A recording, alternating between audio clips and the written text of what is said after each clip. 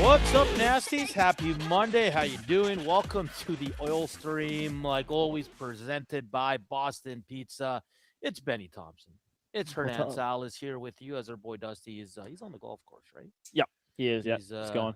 He's a busy boy, as we're here at the Capital Care Foundation golf tournament at the ranch. A beautiful day. It's beautiful. Very nice. Enjoy it while it lasts, nasties, because weather will flip tomorrow, but a couple nice days. You know, the weekend was pretty nice. I was telling you, yesterday was nice, but then around 5 it got weird. Yeah, clouds everywhere. It was getting windy. I was on the course, and back nine started to get a little windy and a little bit colder. But let's enjoy the weather we have, because it's supposed to rain again for another week or something. Just something ridiculous. Just, my God, Mother Nature, what are we doing here? Yeah. So you were saying you were at the track. Yeah. Horse races on Friday. I went on Saturday. It's a good time. It is a good time. Yeah, I absolutely love it. Yeah, absolutely love it. It was my buddy's birthday, and he raved about it like a year ago or something. He goes, we need to go. And so for his birthday, he's like, we got to go. So we went to the horse race, and it was fun, man. I ended up, I think, being the only one that came out with plus money. So there's that. Nice. So I mean, it's been it's pretty damn good. It's a fun time there, and I'm definitely going back. Some people saying I'm really low. I don't know if Trev's still back there. I don't know how to fix this over here. I mean, if you're Max, like, talk into it. Test 1 2 1 2. I guess if you you're way. Well, you should have the mic closer. You have to have your mic closer to your mouth. Well, it is. It's close. There you go. Yeah. There you go. There you go. Is that better, Nasties? Is that better? I think that's better. Yeah, I love the track. I think I hit the last race. It was like $30 win. It wasn't a lot, but I love going to the track. It's a good time. It was a beautiful day on Saturday. Well, how was Friday? Friday was it was windy and cold. Yeah, I'm very happy I brought a hoodie, because it's always tough there though, because it's so open. Too, yeah, exactly. Right. Yeah, you're right in the midst of everything. I saw a lot of golf boys there after. They're golfing right there. Right. Crush some beers. Right. And I ran into two EST listeners. Nice. It was great to see. Great to see them, and they're big fans of the station. So. It's a good weekend all in all. But if you hit us up, 780-218-9999. That is our inbox. And, of course, on the Nasty Chat, slam that thumbs up. I think it's the first time we're doing a show. Well, yeah. First time. I think I've produced your show when you're alone. But, yeah, this is my Oil Stream debut. Oh, really? Don't get it confused with the GCLD's Oil Stream pre- and post-game show. This is the Oil Stream debut for me. I've been on the show for a total of 5 minutes. When we did the extended show, when McDavid signed his extension, and I went on and talked with Dusty and I think it was Tom. Yeah.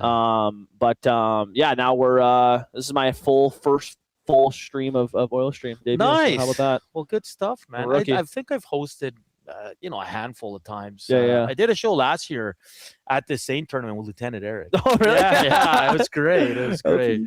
But this one's going to be good. Of course, lots to get to. We're still waiting on Edmonton Oilers news. I'm sure we're going to get it this week. By all accounts, I know Chris Johnson over the weekend, Benny, was reporting that it sounds like the NHL is going to grant Mike Babcock to return to the NHL. So the Edmonton Oilers, I mean, I don't know if it's going to come this week. Probably will if he is given permission to return to the NHL. We'll see what happens with Bruce Cassidy now that the Vegas Golden Knights are out. No. Are they gonna wait this out until the Oilers hire Mike Babcock and then go, he's available? So, how do you foresee the Edmonton Oilers handling their coaching thing? Do you think we'll get an announcement this week? I think it's got to be this week. No, like, isn't the draft the week after or something? Yeah, I can't remember exactly when the draft is, but you would like to think you'd have your head coach in those discussions and everything. To me, I think if there didn't have to be this like further investigation on Babcock, he's probably already the Oilers head coach, like before even the Cup final was done, right? So, we're kind of in this weird waiting point. Again, like what Chris Johnson was reporting over the weekend, I would be shocked if Mike Babcock isn't the head coach of the Edmonton Oilers after all the circus they have gone through over this past week. Well, that's what I was going to say. Like, you can't go back now. No, there's no way. I mean, maybe it's a you're throwing some smoke on it, and then you go to Cassidy and it's like, oh, we wanted this the whole time. That's the only way I think they approach this. If Mike Babcock isn't the coach, it's because the Oilers were allowed to talk to Bruce Cassidy and hire him. That's the only way I think this happens. But to me, that's a below a 10% chance of happening. To me, I think Mike Babcock's going to be the coach. I mean, I think we've talked about it a ton over all our shows this past week that I think all of us question it a little bit. At the end of the day, Benny, it's just you kind of made your bed already, and it's out there. Like you just said, like if they go back on this, like then the function of this team is just hitting a whole new level. Seriously, like it's beyond ridiculous what's going on with this organization. And just in the last month, man, since they were eliminated, like I went to Mexico. May 8th. And about 2 days into my trip, the whole Knobloch thing broke. Yeah, right.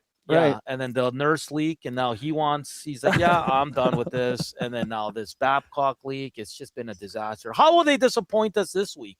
That is the question today. And listen, if Mike Babcock does get hired, Benny, it's going to be that like the press conference, obviously we're going to watch because we work in this business, but it's all going to be fluff, man. It's going to be and he's going to know what to say. He's going to know the right thing to say and everything. I've done this. I'm a better man. And Bowman and Jeff Jackson would be like, we've done our due diligence. He's changed. He was always the guy we wanted, and then boom, we'll go into the season. Hey, it might work, it might not. But in the most important offseason of the Edmonton Oilers, they've been off to a terrible start. Like in the most important offseason and year coming up in this franchise's history, one, you have Stan Bowman, controlling the ship here, and it's been nothing but chaos. Like they have been eliminated from the playoffs for well over a month now, and somehow they are still causing the biggest headlines out of the NHL right now. It's insane. Like it's them and the Leafs battling for it. It's ridiculous. But again, though, like with Babs, like is he a good coach? Like some people will debate it, but I'm sure he's a good coach. I'm sure he is. Like he's had success. I understand he didn't win a playoffs. He hasn't won a playoff series in a long time. I get that, but it was Toronto. You know what I mean? Like the Toronto, like they've had this curse on them, and we've seen now with this team. Like it doesn't matter the head coach they have. They were going to be a disaster no matter what. Babs is a fantastic X's and O's, guys, from everything I've seen and heard from people that have played for him or have talked to people that have played with him. It's just, to me right now, I just don't understand how you went through the whole circus to get Stan Bowman, who's clearly done more bad than good for you. Yeah. And you're willing to do the exact same thing for a head coach that has maybe even more baggage than what Stan Bowman had. It's ridiculous. It's a guy having a type for toxic girls. You know what I mean? You know what I mean? Like just he doesn't care what the baggage is. Just that's a really good analogy. But it's like, for me, and the scariest part is that he hasn't even started signing free agents yet. That's where I think he really screwed this up. Yeah, because listen, I love Connor Murphy. I thought what he brought to the Oilers is exactly what they needed. But who are we kidding ourselves? He's 32 years old. He's on the downswing of his career. He might have 1 or 2 good years left. I keep wanting to call you every different name, Benny. Yeah, and I just know he's going to get a 6-year deal, no movement. Like, that's the kind of thing Stan Bowman does. It's ridiculous. Like, listen, Michael McCarron signed in Minnesota with no movement, very similar to Trent. Like, we got to stop. And it's not just the Oilers, but stop. Stop backing yourself into a corner with no movements for players like Connor Murphy. Yes, he would be a welcome addition, especially with Nurse likely to be traded. Yes, but you can't give him a no. I'd be like, buddy, you're 32. You may be 2-3 good years. Yeah. I'm going to give you a 4-year deal with no movement, but I'm giving you an extra year. Yeah. and then take it or leave it. If you don't like it, then we'll move on. Yeah, but right. You got to stop giving these guys everything. Yeah. If Connor Murphy was 28, sure. Yeah, no, exactly. And I think that's maybe what went into the Trent Frederick signing. Is like they thought like he's not old by any means, no. but like I think the NHL is starting to kind of turn that way with more no moves, which I think if Stan Bowman can avoid, that would be a huge plus. He has a little bit of cap room to work with here, and especially if he moves off this Nurse contract, maybe retaining a little bit on it. But if he can ship out this deal, like he's going to have some money to work with here. It's just when you look at the track record of what Stan Bowman has done here, it is scary. It is scary what this GM will do with that cap space. We're all excited. It might be $7 million if they retain. It might be the full 9.25 Betty. But the scariest part is Stan Bowman gets to use that money. Yes, that's a serious concern. He has not done a great job of using that money properly. Connor McDavid took a massive discount to stay here for 2 more years. He took the same cap that he signed when he was 20 years old. At $12.5 million. He could have went the max he could have signed for was 18.5, 19, something like that. Could have went ham. Yeah, he could have said, all right, I'm sticking here for 2 more years and I'm taking the most amount of money. Connor McDavid, his number one objective in his life is to win a Stanley Cup. Yeah. And for him, he took that the cheap cap hit and he goes, you know what, Stan Bowman, here's this money. I'm giving up basically $7 million. You go work with it. And what did he do? Signs Jake Wallman to a ridiculous extension. He signs Trent Frederick to a ridiculous extension. Mangiapane. Like there are just a ton of mistakes that Stan Bowman has made. He can redeem himself here, but I have my doubts. It's a very important offseason here, and with not a great free agent class on top of that too. Like this is going to be, you're going to have to find the right guys here to fit with this team. But do you trust him to, Benny? Like it's very easy to say, oh, Murphy and Dickinson, because you already saw him. Yeah, right. But again, Dickinson, I'll ask you this. Yeah, Szymanski came on the scene. I think he surprised us all. Yeah. Was he a little bit in over his head in the playoffs? I think so. Probably. And it's not a knock on him. No, but that shows the depth of what this team is right now, is that you're having to trust a young guy like that to play 4 or 5 minutes for you. I think Szymanski going forward, Benny, can be that third line center. Mm-hmm. So I'm almost hesitating to okay, Dickinson, what are we talking about? Right. Do you know what I mean? Yeah. Because if you're asking for a lot of money, come on, man. Yeah. I rather just go somewhere else. Yeah. Address other, and then let Szymanski run with that. Yeah. No, that's fair. I mean, it's part of the GM's job here to look at the landscape of the free agent market, because I think all these guys are going to want more money because there simply isn't that much talent there, right? Like Alex Tuch is going to make over $10 million this offseason, whether that's with Buffalo or with another team. Because he's the top dog, some team will throw a bag at him. That's the market for guys. Exactly, right? So he's gonna make a crap ton of money, and if Dickinson's wanting more than $5 million, I mean, he was good for you, right? Like you know where you're getting there, but it's got to make sense for you, right? So I mean, maybe the Oilers look at, okay, these are the teams we're expecting aren't going to do very well this next coming year. Trade deadline comes, these guys might become available. Could we have Josh Szymanski or maybe you throw Nuge at third line center for a large majority of the season to fill that hole for now, and then come trade deadline time, okay, these guys could be available, we bring them on. I haven't looked at the guys that could be traded yet, but I think that plays a factor into this. But to me, a third line center is important. But you maybe throw Szymanski for that. It's fine in the regular season. To me, it's come playoff time, man. Like you need bona fide NHL players in your bottom 6 for a deep playoff run. I truly believe it. Like Josh Szymanski's like great story last year, and he surprised all of us. But and maybe another year of experience can help him. But to me, I'm looking for more veterans here. I want guys that have been there, done that, that are looking to win a Stanley Cup here. Like to me, they missed guys as much as they're not high producing guys. Like they missed Connor Brown. They missed him. They missed Corey Perry. They missed these guys. I'm not saying that would have been the difference this year, because I think they were tired and hurt and all these things. But I'm looking, to me, they had to get younger, yes. But now let's start adding some experience to this team now, especially since basically you have 1 year a 1 year window here. You do, and it's a great point on Nuge. I think we're past the point where Nuge is a top 6 guy. Can he moonlight? And you're right. What if he's your third line guy? Yeah, and you're saving that money on Dickinson? Right. Right. I like Dickinson, but the only thing that concerns me is him and his agent. I mean, I'm sorry, but they look at Stan Bowman and they're like, "Hey, man, we can hit here. Oh, we can for hit sure. a home run. For sure. Let's go as high as we can go." And this guy's probably going to say yes. Yeah. Right. So that's what scares me. I'm sorry, but I don't want Dickinson here for another 6 to 8 years. I mean, it can't be 8. There's no way. You know what I mean? No, with Murphy. For sure. These got to be short term, for sure. And then I look at Connor Murphy, Benny, and I go, okay, you don't want to take a 3-year deal? Then go somewhere else. Who else is going to give him a 3-year deal? Yeah, exactly. And the Oilers probably going to overpay anyway. Oh, exactly. A full new movement. So Murphy's probably like, okay, I'll take it.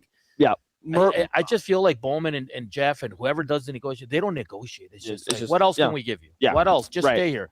And Gager always brings up the point when the players are like, oh, but we love it here. So the Oilers are like, oh my God, he wants. Of course they're going to say that. Yeah, of course. You have Connor McDavid on your team.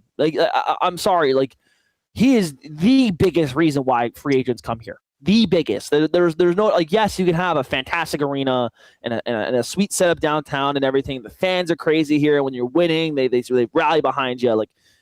Yes, those are all great, but you have the most talented player maybe of all time on this roster. That's why free agents are coming here. Yeah. Now back to Babcock.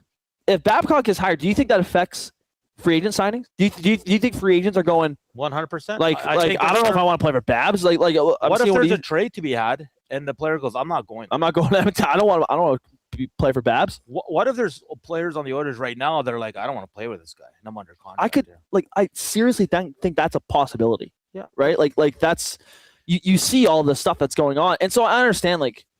The only redeeming part for me about Mike Babcock, the only thing that I'm like, you know what? Okay, maybe that there's a positive sign there, is the fact that the top guys want him. From everything reported is that the top guys are going, okay, this is our guy. And I understand, I know Frank Cervalia said, what are they supposed to say? Okay, but then I'm seeing articles from Spectre saying that they were a part of the interview process. They grilled Mike Babcock. They really laid into him, and we're trying to see what kind of coach he was. They asked him apparently a bunch of hard questions, and they came away from going, that's our guy. But what if Mike Babcock lied? Said, yeah, I'm a change man. Totally. He's not. Totally. But then to me, I would 10 out of 10 times much rather have this conversation about how the management screwed up and the players screwed 100%. up. I don't want Connor McDavid leaving here going, the management completely screwed him. To me, if he departs here, I would much rather have a conversation of, okay, yes, management did not do their job here, but Connor McDavid also didn't do his job, right? Well, and listen, maybe we'll know once Connor's time's up with Edmonton. Who the hell knows, right? Because right now, I think they're being dragged into this. That's my opinion. I could be wrong. I have no inside sources. I feel like the Oilers top players are being dragged into this because management. Totally. And what has every insider said? This is coming from Daryl Cates. Oh, yeah. They're like, well, if the owner and our management team's asking us, we'll what do we want to do? Yeah. So I think they're being dragged in, and I think it's a bad look because if this does go sideways, Benny, then they're going to point at, well, the players wanted him, he wanted him, right? I think it's unfair. And listen, we don't know yet. Mike Babcock might come in and lead this team to a Stanley Cup Finals. It might go completely sideways. It won't be anything in the middle. It's one or the other, because from all the players that hate him, but have all said, yes, he's a very good X. But like Gager said, isn't every NHL coach good. You're supposed to be good. You're supposed to be there, right? You're in the NHL. So if this is what they want, then give it to them. We'll see where they go with it. But I also laugh too, because it's like, we want to be pushed. How's the greatest player on the planet need to be pushed? Right. And then when Draisaitl got sat, was it last year? He was all pissy. Yeah. Right. Yeah. Are they going to be okay with playing 17 minutes a night when they're not going? That's kind of the big thing, right? Is I want, if a coach comes here as a hard nose and he starts laying into the top guys like that, to me, I would much rather have the conversation of, see, it's the top players in Edmonton that are being the problem. They're not the ones with the right mentality. Yeah. The coach was never the issue, right? That's still up in the air right now. We could see a hard nosed coach come in and he lays into guys, and Draisaitl and McDavid respond accordingly, and they change their games or whatever it is, right? To me, there's issues here, and I like to eliminate them with a coaching hire that would be a hard nosed guy. So, but to me, Babcock doesn't have to be that guy. It could be. Anyone. It could be Dean Evison. It could be Bruce Cassidy. It could be Craig Berube. It could be there's a lot of hard nosed coaches out there And I mean, how Torts? Like who knows? Who knows where he's going? Yeah, exactly. I'd imagine he stays in Vegas, but who knows? But like there's guys out there that could do that. I just don't know why Babcock is the one they're so gravitated to. But because the Oilers, it was the same thing with Jack Campbell. They landed on him. They didn't want to move off him. It's the same thing with certain hire Stan Bowman. Like, why Stan Bowman when there's so many quality GMs out there? It's the same thing with Mike. Oh, he won a cup. Oh, but he's a Olympic champ. Oh, he's got this. This is the guy. Yeah. One media center. There, he is the guy for the Oilers. Okay, then. Okay, if that's the case, then sure. And then that's the way to go. Do you also think Bruce Cassidy is looking at this Edmonton organization and the dysfunction and saying, yeah, maybe I don't want to go there? It's definitely a possibility. Definitely. Yeah, I mean, like, again, like some people think that it was Bruce Cassidy's agent that leaked the information about that stuff, but like from. I don't know, but other people are saying, no, it came from the Oilers. Kelly McCrimmon, much so, said that, and there's some media outlets around here that have been saying, yeah, it's probably come from the Oilers. So yeah, I definitely wonder if Bruce Cassidy is sitting there going like, oh, geez, like that's what we got going on over there at Edmonton. That's where I want to go. But to me, I still think he wants to bring a cup back to Canada. He mentions, he coached McDavid in the Olympics and all that stuff, and so I still think he'd want to come here. To me, it's one of the highest sought after jobs in the NHL right now is this coaching position. Still with all the circus around it, because Connor McDavid's here. Yeah, that's the big reason why. This text comes in, says Dickinson isn't signing for less than $5 million. Connor Murphy's better than Wellman, so he won't be making any less than $7 million. Oh boy! Lord. Oh boy! If those are the deals, then walk away. I don't know if I agree with that, because I mean, like, if that was the case, man, then. Connor Murphy at 32 should not be making $7 million. Then Jack Ross, we go, hey, Elias Pettersson makes 11.6. Like, why am I not making that? Like, yeah, I put up similar numbers. You know what I mean? And I understand that's different teams and stuff, but let's be real. Like, just teams have bad contracts, and I think guys know. Like Wallman was better than Nurse, not this previous playoff, but the one before. Wallman could have been like, well, Nurse makes 9.25. Why aren't I making that, right? So, and maybe that's what raised it to 7. To me, yeah, it's a rough contract, but Connor Murphy can't be making. He's 33. Like, let's aim for the $5 million mark here with Connor Murphy. I think that's what was he making last year? 4.4. Yeah. Okay, I'm sorry. It's a slight bump. I'm fine with the cap going up and everything, and he had a good year last year. Like, I'm fine with around the $5 million mark. I would be like, and listen, I'm not the biggest Jake Wallman guy, and the texter's right. Jake Wallman wasn't very good last year. He was not very good. And don't get me wrong, he's overpaid. But you can't give Connor Murphy anything more than 5. Yeah. At 33 years old, or what are we doing? Yeah. No, it's true. No, but here's the thing, though, is I think if they're going to trade Nurse, I think they're going to have to put Wallman at the second pair. I think 100%. I think they're going to have to. To me, there's no way you're trading Nurse and finding a replacement for him that would be better than Wallman in that second pair spot. You paid him. Right. Like, I think you're forced to put this guy in a second pair role, which, like, he showed flares with it. Like, I thought there was a couple games in the playoffs there where he was really good this past season, and then the year before, that playoff run he had, was really good. I think there's a chance he can find his game. He was hurt. He was banged up last year. Let's hope he doesn't get hurt this year. Ideally, like, I think you're trading Nurse for probably a more solid shutdown third pair guy.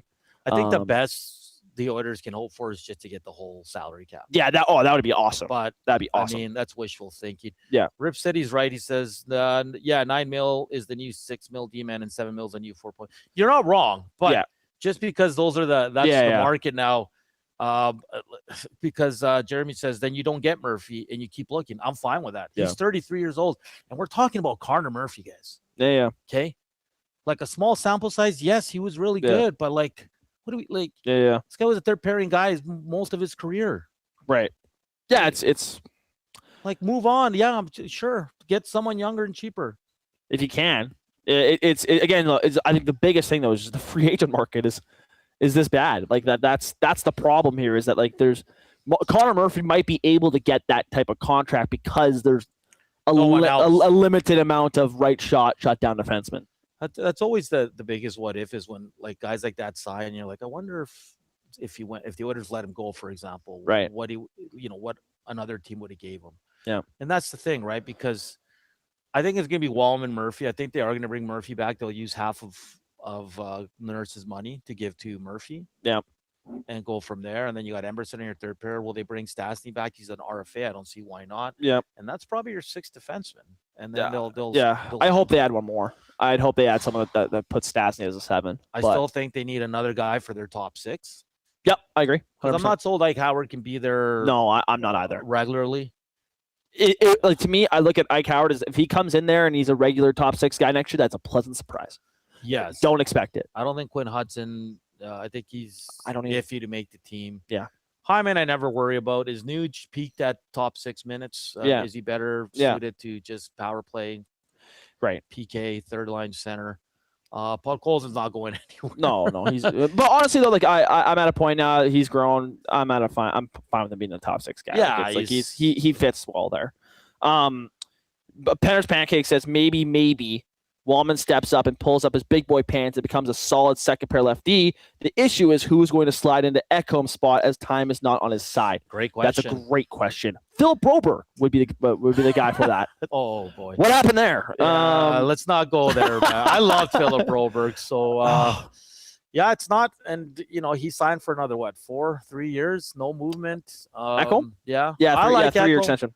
But we got to be honest, he's going to start sliding. I have no problem with that extension. Like $4 million for a guy that's like, I mean, by the end of that contract, you're gonna be paying bottom pair defenseman $4 million. He might pull the plug before. Exactly, right? He might just say, "I'm done, guys. Right. I'm retired." Like I have no problem with that extension. Yeah, that's absolutely a big concern. Father Time is catching up to him, and if there's not a guy that can fill those top line duties with Evan Bouchard, man. That's another glaring, and that's if you're hoping if Jake Wallman steps up to be the second pair guy. Like that's if you're hoping he turns out to be the guy he's supposed to be. Yeah, and Savoy, can he keep getting better and better? I don't see why not. He got better as the season wore on. He's an excellent player, two-way guy. But the others have holes to fill, man, and this is the biggest year because after that, it's McDavid. What are you doing? Because if you don't want to be here, we have to get assets back for you. Sure. We can't just let you walk into free agency and hold us like that, right? Yeah. So, man, what an interesting offseason. Not off to a great start. It's been absolutely terrible for the Oilers management. It's just on the surface, looking at this team and from all parts of North America, they're all looking at the Oilers saying, "Wow, what are they doing?" Yeah. But it is what it is. We'll see. Always keeping tabs on the insiders, Benny, around the NHL to see what the latest is on the coaching search on Mike Babcock and all that stuff. All right, guys, we did 28 minutes of Oilers. How about that? 28 minutes. There's no news to talk about today, but we did it. Let's move on to the Stanley Cup Finals. Carolina finally gets it done. They got over that hump. They made it to the finals. And at times this series, Benny, I didn't think they were going to be able to get her done, but they did. What a game last night. 3-0 win. Brandon Bussey, excellent. Their depth. I mean, Stankov and Blake, those guys. Just great. Great to see them win. Congratulations to Rod Babot, his first as a coach. Of course, he won in 2006. Against the Edmonton Oilers as a player, as a captain of the team. 20 years later, man. Yeah, Eric Stahl, oldest Conn Smythe winner. He deserved it. It was great. There's nothing like seeing celebrations for championships. I'm a sucker for it. I'm getting older. I get emotional. And, of course, Taylor Hall, a guy that was, I think a lot of fans wish him well. He got traded. Yeah. Unfortunately, he came in at a time when the Oilers were in the decade of darkness and they were horribly managed, horrible teams. He couldn't do it all with Ebbs and all the young guys that came in through that system. They gave him 1 year with Connor McDavid, and then he was shipped out for Adam Larson. But great to see him 16 years later from his draft day get the Stanley Cup. But Benny, overall, your thoughts on what the Carolina Hurricanes were able to do? They proved me wrong at the start of the playoffs. I had them out in the first round, so that's. I picked Ottawa too. Yeah, that was my sleeper pick. But hey, I'll say this though: before the Cup final, in Hello Hockey, we gave our predictions. I said Canes in 6. So how about that? Bang on. Yeah, obviously, really, really happy for Taylor Hall. Just a ridiculous career in terms of just. He's winning Hart trophies 1 year, and then fast forward a couple, and all of a sudden he's playing fourth line on a bad Chicago team, and all this stuff. Like he's been through it all. Yeah. And to see him win a Stanley Cup it made the little Benny very happy. He was my favorite player growing up. He was my guy, man. Yeah. He was great. I wore number 4 when I couldn't get 17 on a hockey team. I'd wear 4 because of him. So I was very happy to see him win a Stanley Cup. Obviously, the Jordan Stahl story and everything is crazy. Sets the face-off percentage record, the goal is scored in 5 straight game record there. Like, it's, to me, I always said, like, Carolina to me couldn't get over the hump because they didn't have that big name player. They didn't have the game breaker. They went and they traded for one last season. Mikko Rantanen, he didn't want to stay there, and so they get Stankoven, who, I mean, had a huge. Rantanen say no. Yeah. Oh, exactly. Right. Like, oh man, like the Dallas Stars, man, conference final loss last year and first round exit this year. Like that's tough. And Carolina goes on to win the Stanley Cup the next year.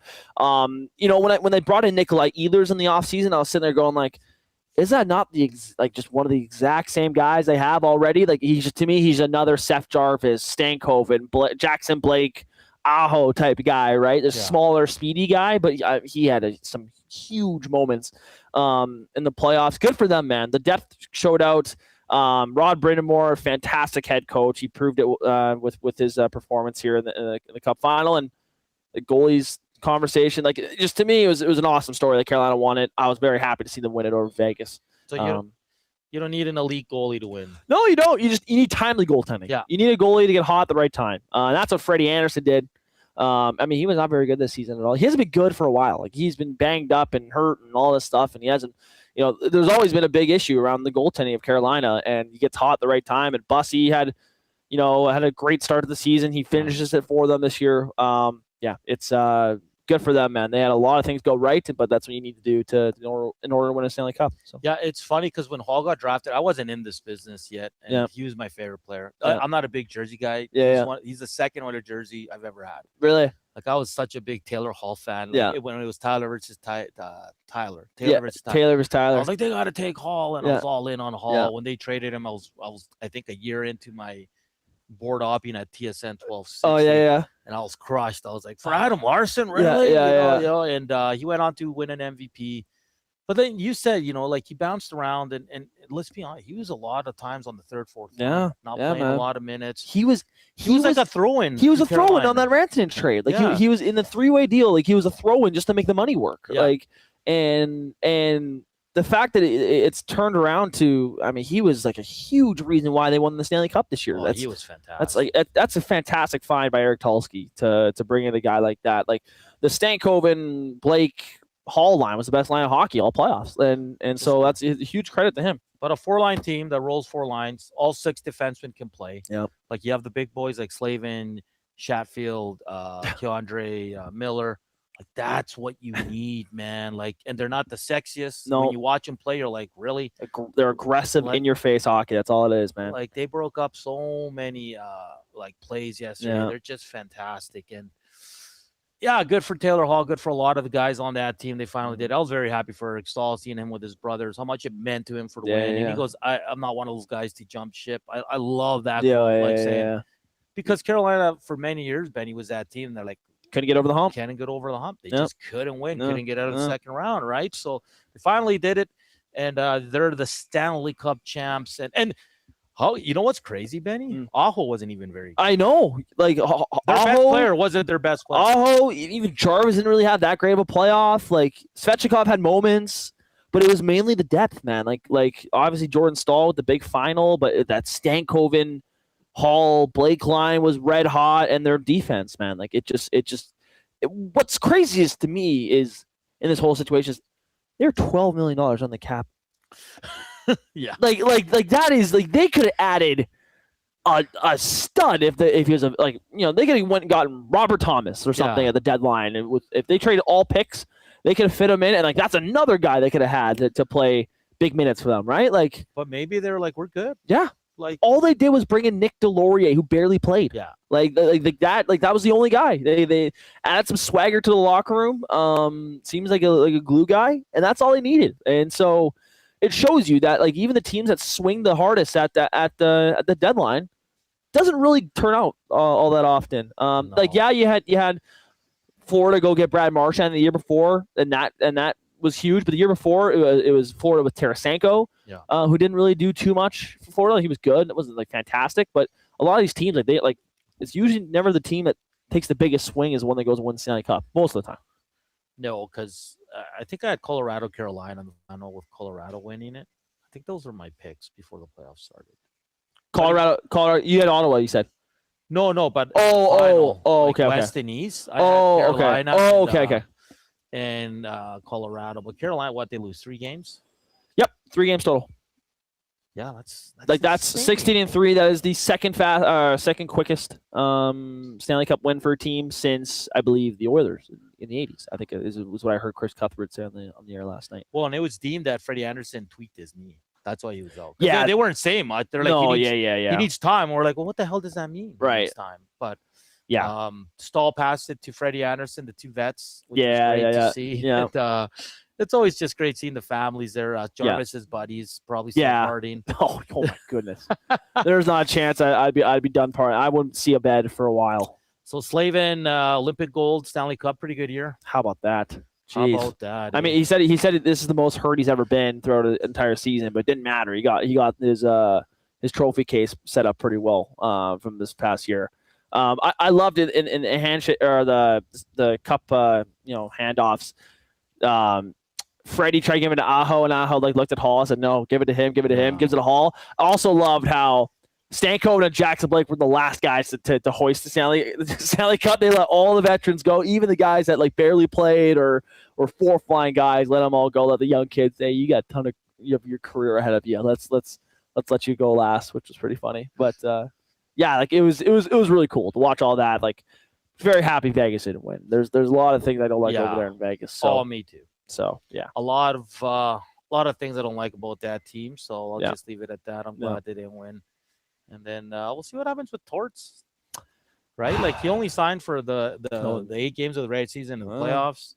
Does he want to come back? Do they want him to come back? I sure hope, man. That's gonna be. I mean, he did a hell of a job with that team. Yeah. And kudos to Mitch Marner, man, for all the slack he took. He was really good in these playoffs.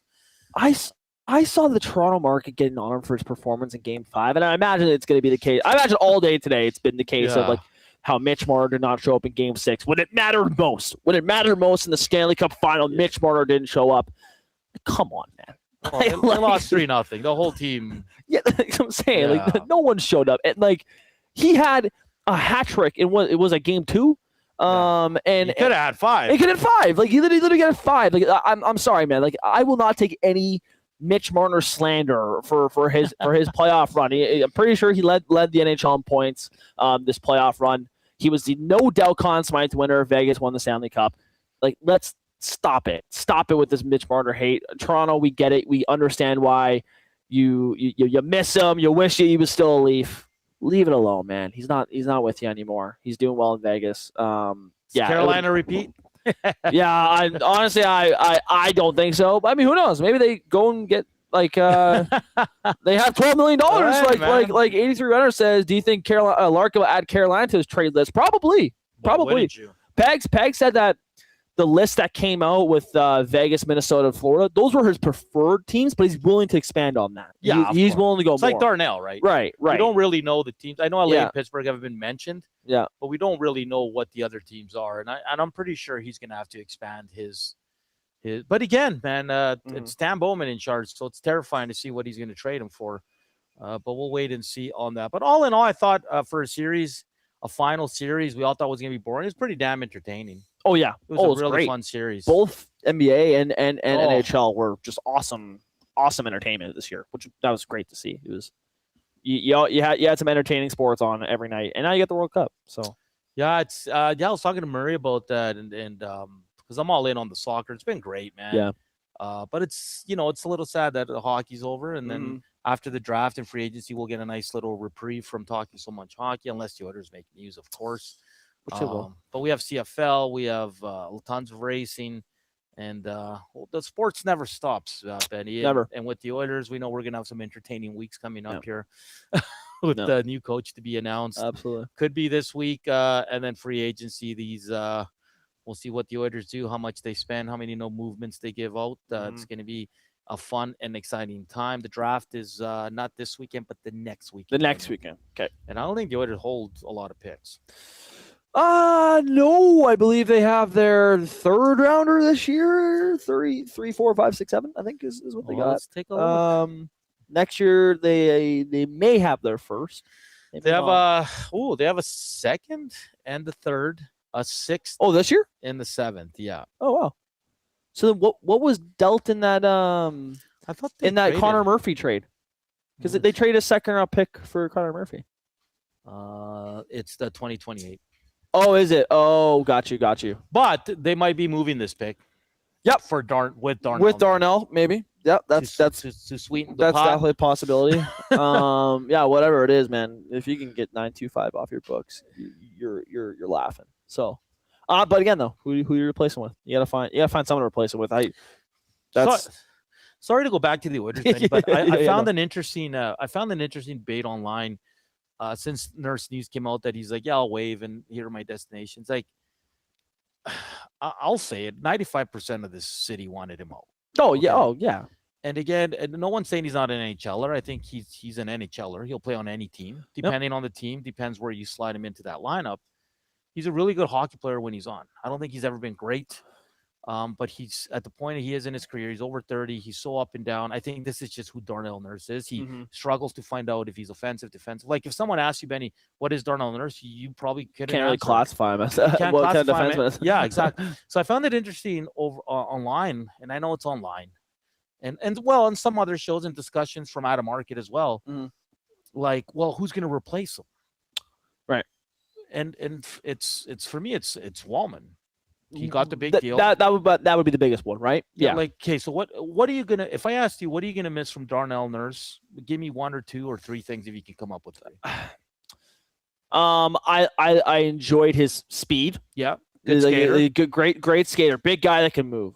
I liked when he was pissed off. He was mean. Yeah. When he was at his best, he was a guy that laid out guys and was hard in front of his own net, and he was an agitator. I appreciated that. Maybe some of his offensive capabilities, like he was. I felt like he joined the rush well. Like when the Oilers were on a 2-on-2, he would jump in and make it a 3-on-2. Yeah. And I felt like there was times he definitely had his misreads on it, but there was times where it was nice and the Oilers benefited from that. Outside of that, man, I don't think he's the best puck mover. And so I think there's guys that they can replace there. I think he wasn't obviously just. Sometimes he just lacked his assignment and would miss that all the time. There's obviously we can just sit here and talk about all the goods and bads about Darnell Nurse, but to me the biggest thing here is right. Who do you replace him with? Yes, that should be Jake Wallman. You paid him $7 million. You sure hope that he would step in and let's fill his minutes with Wallman's there.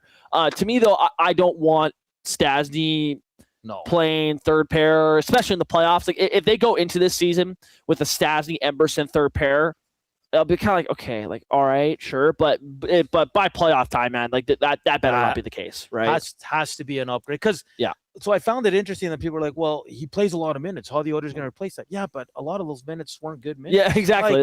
So you can't have you can't be one of the people that was saying in March, man, we need to get rid of Darnell Nurse no matter what. Right. And then this week saying, well, yeah, but who's going to replace his man? He wasn't good on the PK. Mm-hmm. He was not. I think his biggest crutch is his hockey sense. Yeah. And if you Specs article when it first came out, they asked him to waive his no movement. What did he talk to coaches that went unnamed? Mm-hmm. And they said hockey sense, like he would understand when you were telling him, but he couldn't translate it to the ice. Yeah. Like watch him defensively, lost. Yeah. Like, and I just think Darnell, he had that good year when there was no fans. The Canadian division. Yeah. I think I said this on Friday. He had a good year there, but then I think it almost gave him false hope that he was an offensive defenseman. Yeah, because he totally. He wasn't. I think it totally could have been. And you know what I wanted him to be, and I thought, like when they drafted him, and I'm comparing it now. At the time, I didn't know, but now, like you wanted him to be Jacob Slavin. Yeah. Oh, yeah. Oh, that'd be awesome. Like a guy that, he moves better than Slavin still, I think. But Slavin's, like that's a. And Slavin he's not a points guy, so Darnell gets more points. Yeah. But if Darnell Nurse was that good defending, man, I don't think anyone would complain about his 9.2. Right. And I think you make a really good point about like he capitalized at a right time and made him. It maybe gave him false hope. Like, if Oscar Klefbom doesn't call it a career after some tough shoulder injuries, like I don't know if Nurse gets the opportunity to be PP1 for that time, right? Yeah. He executed at the perfect time where it went from Clefbaum to Nurse for just a couple of years, and then Barry came in, and then it was Bouchard, right? Like and it was right when his contract was expiring and all this stuff. They bridged him, I think twice, I believe, before giving him that big 8-year deal. And again, horrible contract from day one. Yes, overpay. But it's hard to, when you're in Ken Holland's position there, you see Stan Bowman over Chicago give Seth Jones $9 million. You see Dougie Hamilton, I believe it was that offseason, or maybe it was the next one after, where Dougie Hamilton signed for $9 million in free agency. Yeah. That's the market. And Darnell Nurse has a fantastic year that year. And you're sitting there going, okay, well, we have this guy who has all the tools and everything. So you're in a tough position. Like, ideally, yeah, should they have traded him? Sure. But that's to me, it's a lot of. That's just hindsight. It's a tough position that they were throwing with the timing and everything. That's sometimes all it is. And Darnell Nurse, he executed. He had a great year. He got asked for that money. He got paid that money. I think the criticism for him could be is, okay, he didn't evolve his game after that, right? Like, I think he's kind of he's got to read the room there and go, okay.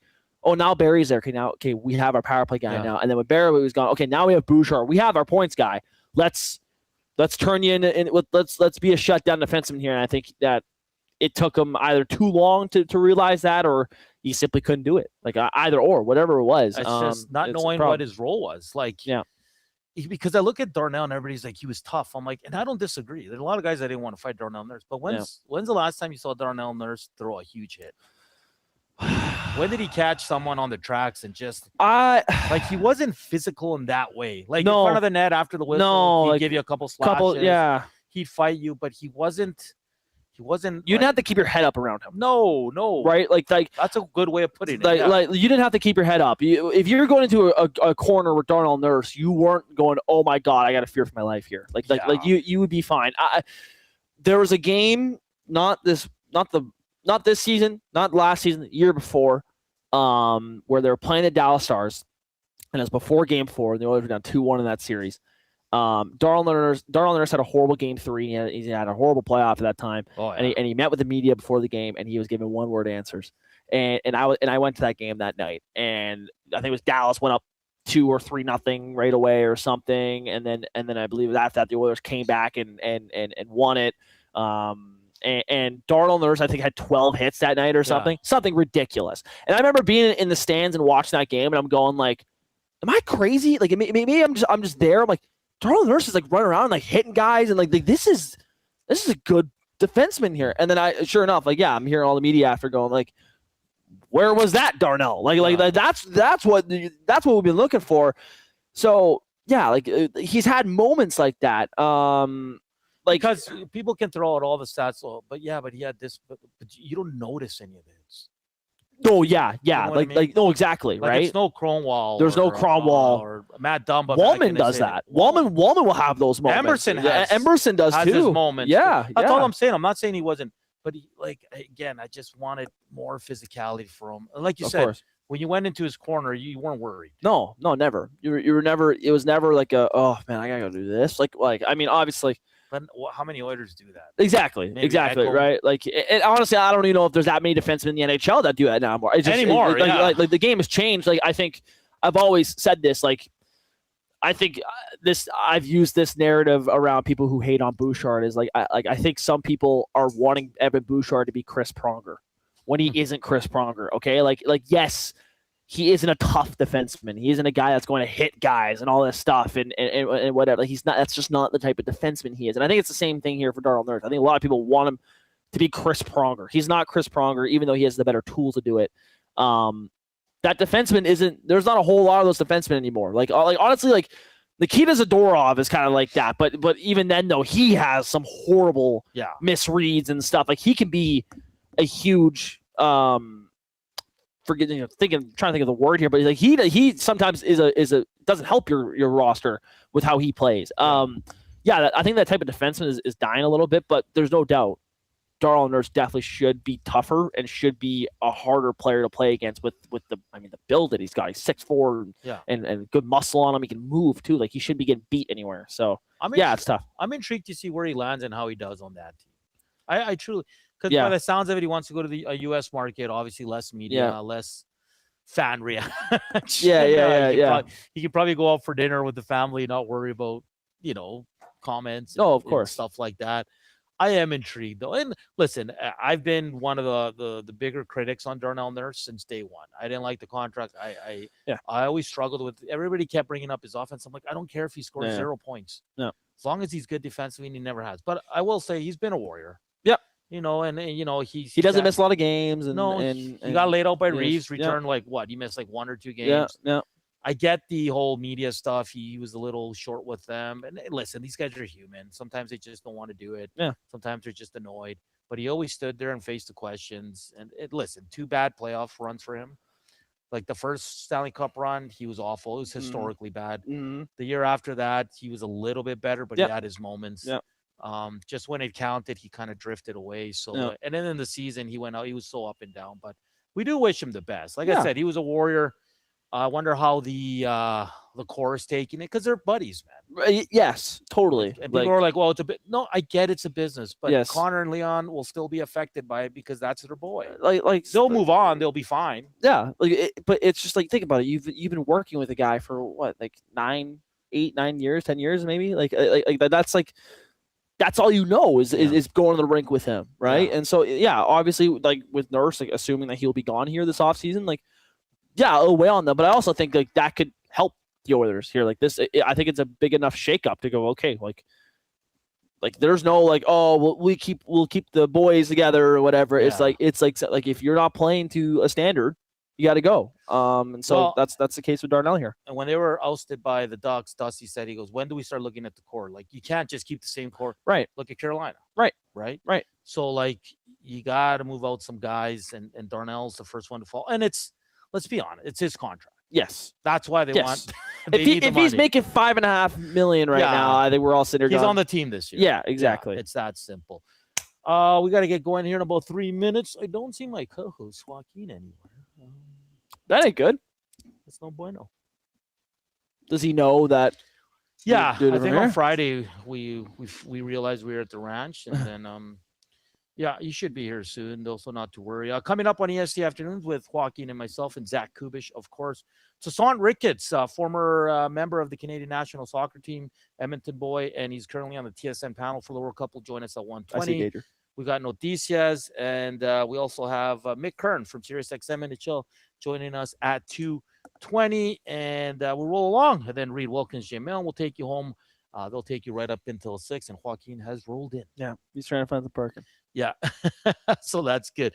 Benny's been a blast working with you, my guy. Yeah, it's been awesome. But what's up for you the rest of the day? You gonna go golf or are you going home? So I'm going to Murray so graciously gave me 3 sets of range balls, and I only got to use one in between Hangout and Oilers stream. So I'm gonna go use another one of those and hit the range. Murray fixed my swing, so shout out Murray.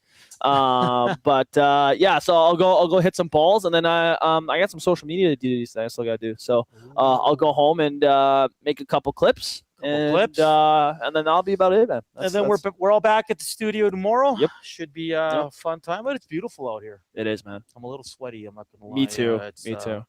A beautiful. I should have wore pants, but I'm not complaining because this is what I like. Yeah, that's the gig. So hopefully we get more of it. But yeah, the hockey's done. We'll see if the Oilers make any noise this week. We'll get more clarification, I guess, from the NHL, Mike Babcock. Chris Johnson from TSN was reporting yesterday through some tweets that he thinks it is going to pass and that the Oilers will have their guy. And we'll wait to see who the Oilers sign and where Darnell Nurse lands. Is it all going to come this week? Do we have to wait? Draft next weekend as well, so we'll have a lot of draft coverage. Yeah. And as you heard there, the Oilers won't have a first-round pick. They'll have a second, but that second-round pick, Benny, could still be in play. Okay. Yeah. We'll see.